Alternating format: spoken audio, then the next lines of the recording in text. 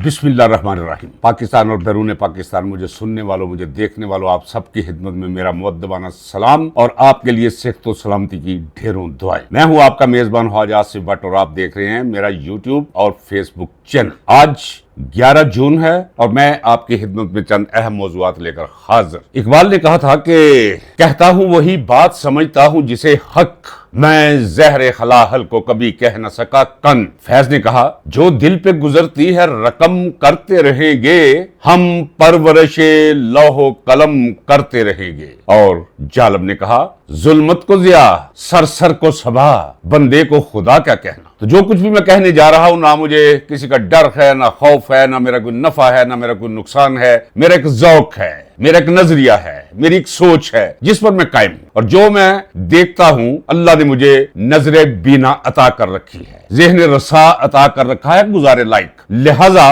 मैं जो समझता हूं हक, वो आपके सामने मैं ला के रख देता हूं बरहक। तो आइए सबसे पहले हम बात करते हैं शेर अफजल मरवत की। शेर अफजल मरवत मेरा जाती ख्याल था कि पठान है और जिस तरह की वो बातें करता था, लगता था कि उसकी रगों के अंदर कोई गैरतमंद खून है। लेकिन अब उसने आकर ऐसी बातें कहना शुरू कर दी चूंकि उसके असरात सीधे जाते हैं इमरान खान पर, इसलिए वो गर्म हवा जो इमरान खान की तरफ जाएगी, मैं अपना सीना तान के उसके सामने खड़ा हो जाऊंगा। ये कम अज कम मेरी जिम्मेदारी है जो मुझे एक इज्जतमंद और गैरतमंद और आबरूमंद पाकिस्तानी शहरी की हैसियत से अदा करनी चाहिए। नाज़रीन इकराम, देखिए शेर अफजल मरवत को सबसे पहले चाहिए था कि अगर उसे इख्तिलाफ हो गया है, वो अपने आप को हक पर ही समझता है क्योंकि पार्टी ने उसे निकाल दिया है। उसे चाहिए था कि वो ये सारी गुफ्तगू कैमरे के सामने आकर, क्योंकि कैमरे की प्राइस किसने बनाई, उसकी ये वैल्यू उसे किसने दी, ये उसकी जात के अंदर कदर जायद सरप्लस वैल्यू किसने पैदा की, वो की इमरान खान के वोट ने। और अगर आप बात करना चाहते हो तो सबसे पहले आप रिजाइन कर दो कौमी असेंबली की नशिस्त से। मुझे कहने दीजिए कि जब उसे रिजाइन नहीं किया तो अब भी अकड़ कर वहां जाता है, अब भी कैफेटेरिया में चाय पीता है। तो जो मेरा तसव्वुर था कि शायद इज्जतमंद गैरतमंद पश्तून है ये, वो खत्म हो गया है। देखिए नाज़रीन इकराम, जावेद हाशमी मेरे बड़े भाइयों की तरह, और मुझे कहने दीजिए कि 72 से लेकर जब मैं बिल्कुल सेक्रेटरी जनरल था अपने कॉलेज का, कुछ 16.5 पौने 17 साल का, तब से मेरा एक ताल्लुक चला रहा है। कितने वर्ष हो गया नाज़रीन इकराम, आधी सदी से। उधर की बात है, जायद बात है, मैं जानता हूं क्या हुआ। इख्तलाफ किया जावेद हाशमी ने, लेकिन उसकी इज्जतमंदी, गैरतमंदी, आबरूमंदी जरा मुलाहजा फरमाइए। फिर मैं आपको यह भी बताऊंगा कि वो अलहदा जावेद हाशमी क्यों हुआ। इस वक्त तो चाहिए था पीटीआई को कि नंगे पांव जाती मखदूम रशीद और उसके घुटनों को हाथ लगाती, टखनों को हाथ लगाती, उसके पांव छूती कि जनाब आ जाए हमारी क्यादत फरमाए। लेकिन नहीं, चूंकि इनके पल्ले कोई नहीं रहता, फिर इनको माइक आगे करके कौन कोई सवाल पूछेगा अगर जावेद, ये है वो लानत जो प्रेल कर रही है इस वक्त पीटीआई के अंदर। आइए फिर बात करते हैं शेर अफजल मरवत की। मुझे दुख हुआ, सदमा हुआ जब उससे किसी ने पूछा कि जी आप तो सुना है कि मुस्लिम लीग नून में जा रहे थे, वो आप पे डोरे डाल रहे थे। कहते देखिए जी ऐसे बातें तो ना करे, डोरे डाल रहे थे।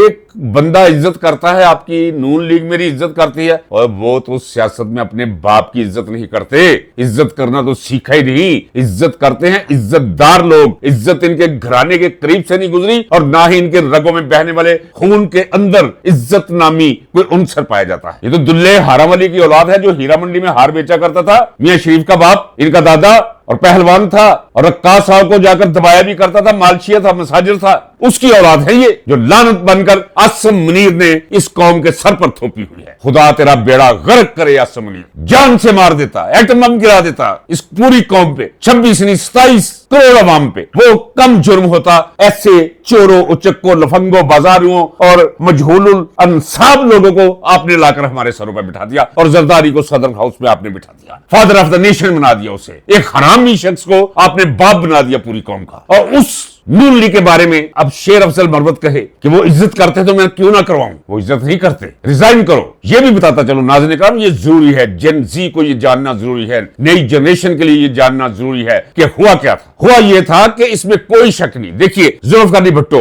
सिकंदर मिर्जा लेकर आया, अयूब खान की कबीना में सबसे पहले वो नंबर हुआ और सारे इक़्तिदार का अरसा गुजारा, तकरीबन सारा, आधे से जायद। ये नवाज शरीफ और इसकी तो वल्दियत ही ज़ियाउल हक है। तो इसमें कोई शक नहीं कि जब नवाज शरीफ से दिल भर गया इनका, आसिफ अली जरदारी से दिल भर गया इनका, तो एक मकबूल तरीन शख्स जिसे ये 2013 के इलेक्शन में हरा चुके थे, जोर जबरदस्ती हरा चुके थे। नाज़रीन इकराम, ये भी जनरेशन को जान लेना चाहिए, नौजवानों को जान लेना चाहिए। मैं दयानतदारी से कहता हूं कि 2013 का इलेक्शन जीत गया था इमरान खान, लेकिन उसे हरा दिया गया। मदद की उन्होंने, लेकिन देखिए जवेद हाशमी की बात हो रही है। जवेद हाशमी ने अलहदगी क्यों इख्तियार की? इमरान खान को अपने तजर्बात की रोशनी में समझाया, क्योंकि जवेद हाशमी ने सारे नशेबो फराज देखे हुए थे। जनरल ज़िया-उल हक को इतनी कुर्बतों से देखा हुआ था कि उसे पता चल गया ये मॉन्स्टर है, ये मुल्क और कौम का दुश्मन है, ये धोखेबाज है, ये फरेबी है, ये नौटंकी है, ये हर आन हर लहजा अपने मुफादत के लिए अपने मौक़िफ़ात भी बदलता है और अपनी शक्ल सूरत भी बदल जाता है गिरगिट की तरह। उसने देखा हुआ था जवेद हाशमी ने करीब से। उसने कहा इमरान खान को कि खान साहब खुदा का खौफ करे, ये फौजियों को अपने करीब मत आने दे। तो खान साहब ने सोचा यार मुझे तो एक राह दे रहे हैं मेरे मुख से, सादा आदमी खान, सादा आदमी खान। अब ये खान वो खान नहीं रहा जिसकी अब मैं बात कर रहा हूं। तो जब तीसरी दफा जवेद हाशमी ने मुझे खुद बताया, जब तीसरी दफा मैंने कहा कि खान साहब मैं आपको अपने तजर्बे, तो खान साहब ने साथ ही मुंह परे कर लिया। जवेद हाशमी ने बोरिया बिस्तरा उठाया, उसने कहा जी मैं आपके साथ नहीं, मैं घर वापस जा रहा हूं। और पहले अजलास में आकर ऐलान कर दिया कि मैं अपनी, चूंकि निशिस्त मुझे बल्ले के वोट पे मिली हुई है, इमरान खान की पार्टी के वोट के जरिए मैं इस मनसब तक पहुंचा हूं, लिहाजा मैं रिजाइन करता हूं, ये निशिस्त उन्हें वापस करता हूं। जवेद हाशमी ने जाके वापस इलेक्शन लड़ा, इलेक्शन हार गए, लेकिन देखो कुछ हार जाना जीत जाने से इतना बड़ा मानी रखता है कि जिसका शुमार कोई नहीं है। वो आज भी जीता हुआ शख्स, वो आज भी बावकार है, वो आज भी बाइज्जत है, वो आज भी सरबुलंद है, वो आज भी निशान है प्रिंसिपल्स के हवाले से। तो दो ना पैरवी करो एक गैरतमंद शख्स की, जवेद हाशमी के नक्शो कदम पे चलो। शेर अफजल मरवत, ये कलैदा सवाल है कि शेर अफजल मरवत के साथ ये क्या हुआ, क्यों हुआ, असल मसला क्या है, वो इस वक्त चूंकि मौजू नहीं इसलिए मैं नहीं छेड़ता हूं। सफाक सियासत में पता नहीं क्या क्या हो जाता है, लेकिन कम अज कम शेर अफजल मरवत चुप कर जाना चाहिए। बोलना इसमें मजा नहीं, जब पता हो कि चुप रहना अब मुझ पर लाजम है, उस वक्त चुप करना ये है फलसफी होने का सबूत मुहैया करना। ये तुम्हारा वक्त नहीं है अब शेर अफजल मरवत के तुम बातें करो, छुप जाओ, खामोश हो जाओ, अल्लाह पे डोरी फेंक दो, तो अक्कल करो उस पे। अगर सच्चे हो गए तो अल्लाह मदद करेगा, सूनर और लेटर। झूठ चंद दिनों तक चल सकता है, हमेशा के लिए नहीं चल सकता। लेकिन ये जो कुछ कर रहे हो शेर अफजल मरवत, वो तो बेड़ा गर्क कर रहे हो। अब आइए देखिए नाज़रीन इकराम, मैं पहले आपको 3 शोरा के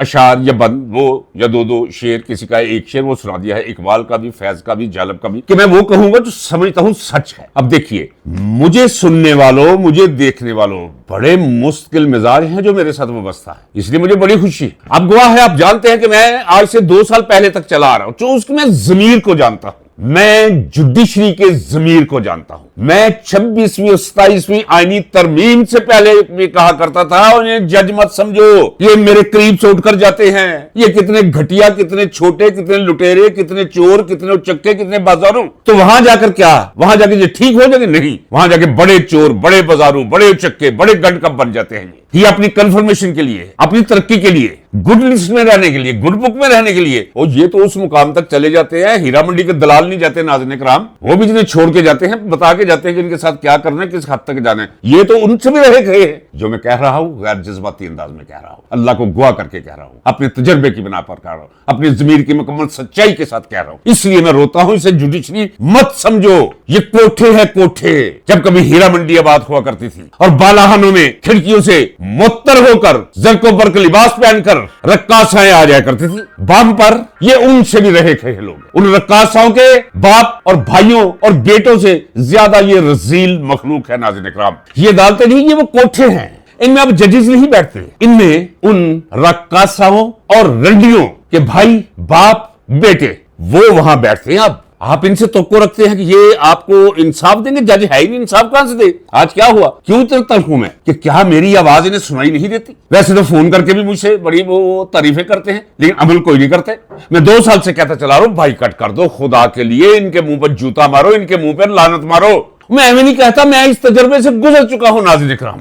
क्या कह रहा था उस सलमान अकरम राजा? मैं गया था, वो जज साहब से कहा है कि जनाब इतने महीनों से कैदे तन्हाई में हैं, उनसे मुलाकात नहीं हो रही, मेरी मुलाकात करवाएं। वकील मुलाकात जो है नहीं करेगा तो कैसे मुकदमा करेगा? जनाबे वाला हमारे तो वो वकालतनामों पे अभी तक सिग्नेचर्स नहीं खान साहब के हमें मिले, तो हम किस अदालत में पेश हों? और क्यों नहीं बताते हो कौम को? सिर्फ इसलिए नहीं बताते हो कि अगर आपने अदालतों पे लानत मारी तो ये जो फीसें आजकल मिल रही हैं सलमान अकरम राजा, जो पहले मिला करती थी 4 लाख रुपया 5 लाख रुपया, अब वो 4-5 से बढ़ के 50 हो गई है। और जज भी जब जाते हो आप तो वो आपको रिलीफ रिलीफ क्या देना है, बंदर बांट है नाज़रीन इकराम, कोई रिलीफ वाली बात नहीं, जज वज कोई नहीं है। कसम है मौला करीम की, मैं देख कसम मैं वापस लेता हूं, कसम नहीं खानी चाहिए। कसम वो खाता है जिसे खुद अपना एहसास हो कि लोग मुझ पर यकीन नहीं करेंगे। मैं वापस लेता हूं ये कसम। 50-50 लाख रुपए ये फीस ले रहे हैं केस के। और अगर ये अदालतों पर लानत भेजेंगे कि अदालतें नहीं,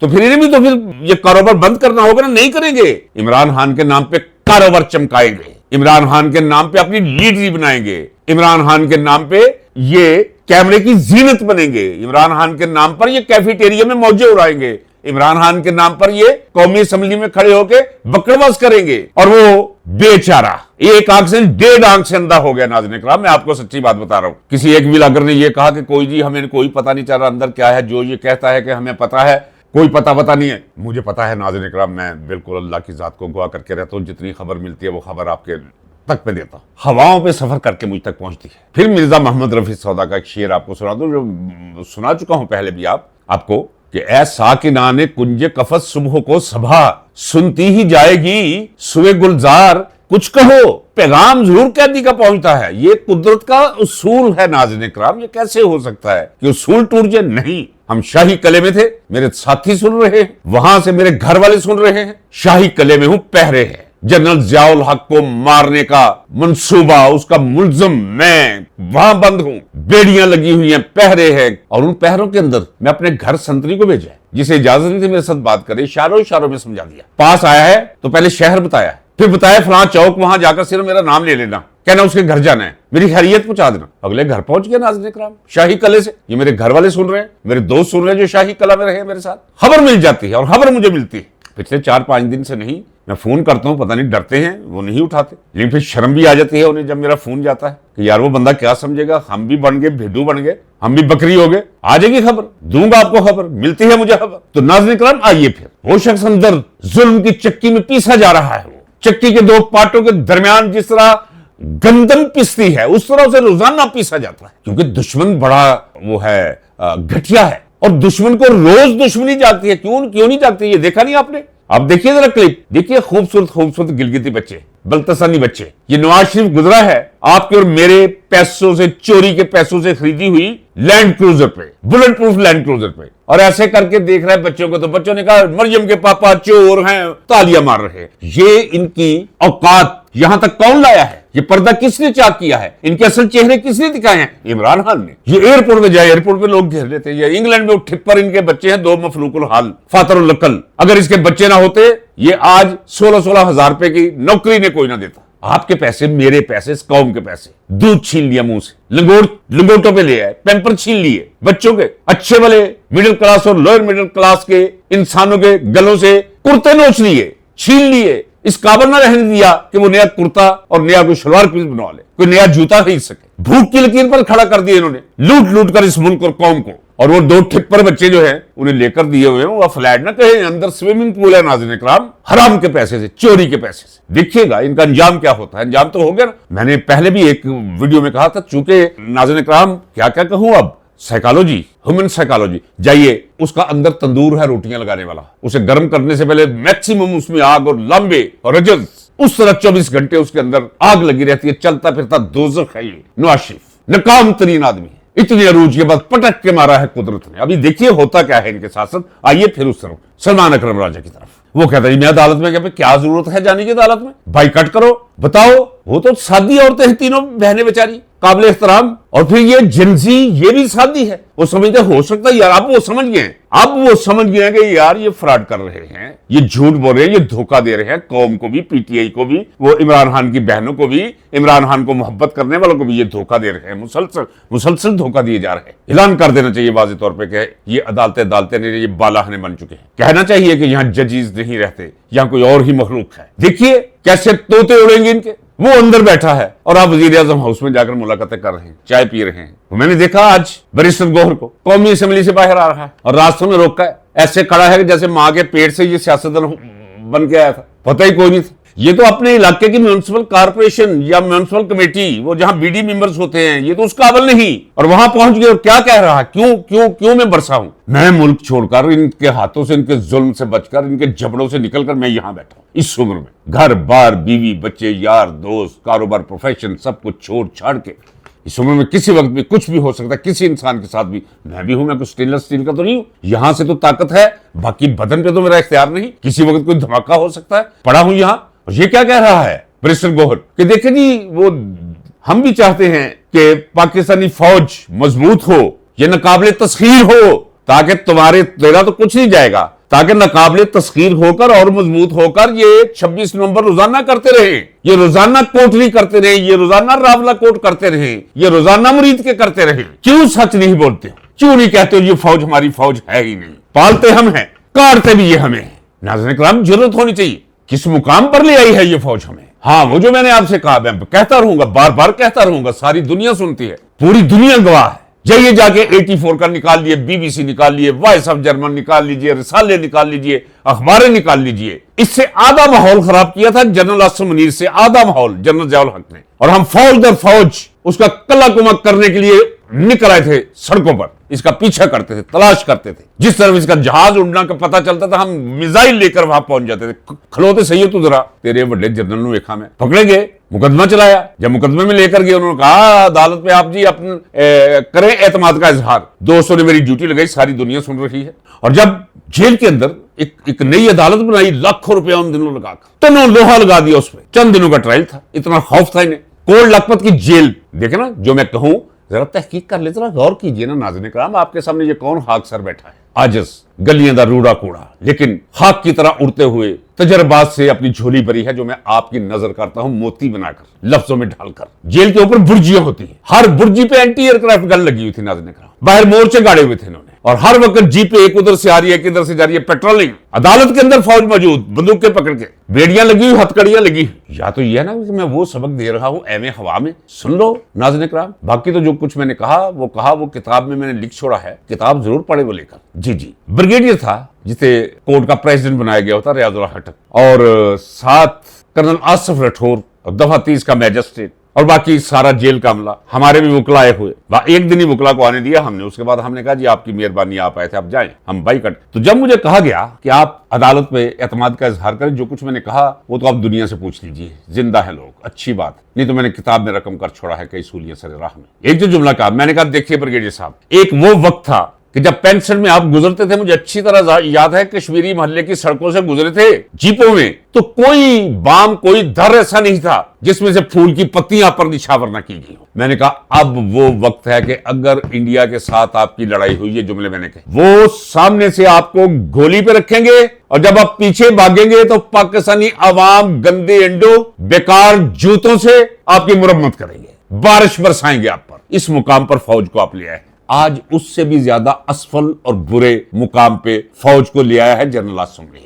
उस फौज को जो कातिल फौज हो चुकी है, वो ठीक लिखा था उस वक्त कि पेशावर कातिलो तुम सिपाही नहीं, मैंने अब तक तुम्हारे कसीदे कहे, आज अपने ही नगमों पे शर्मिंदा हूं। ठीक कहा था, पेशावर कातिलो तुम सिपाही नहीं, कोई सिपाही नहीं, ये पेशावर कातिल। इन कातिलों को आप मजबूत करना चाहते हो बैरिस्टर गौहर, मूंग तल रहे हो इमरान खान के साथ मोहब्बत करने वालों के सीनों पर। नाज़रीन इकराम, चूंकि अमेरिका ईरान जंग, यानी अमेरिका इजराइल वर्सेस ईरान जंग, मैं आपको बता चुका हूं कि मेरी इस पर नजर ज्यादा क्यों है, क्योंकि इसी के नतायज के अंदर से एक नतीजा बरामद होना है, आसिम मुनीर की तबाही, बर्बादी, जिल्लत और नामुरादी का, और इमरान खान की रिहाई, रिफत और अरूज का, और इमरान खान से मोहब्बत करने वाले पाकिस्तान और पाकिस्तान से बाहर बसने वाले लोगों के सीने में ठंड पड़ने का नतीजा निकलना है वहीं से। ये तो तवील हो गया, इसी पे इक्तफा कीजिए, अलहदा वीडियो में अभी करता हूं, वो जरूर सुनिएगा इंटरनेशनल सूरत हाल पे। मुझे इजाजत दीजिए, मेरे लिए दुआ गो रहिए, आपकी दुआओं की मुझे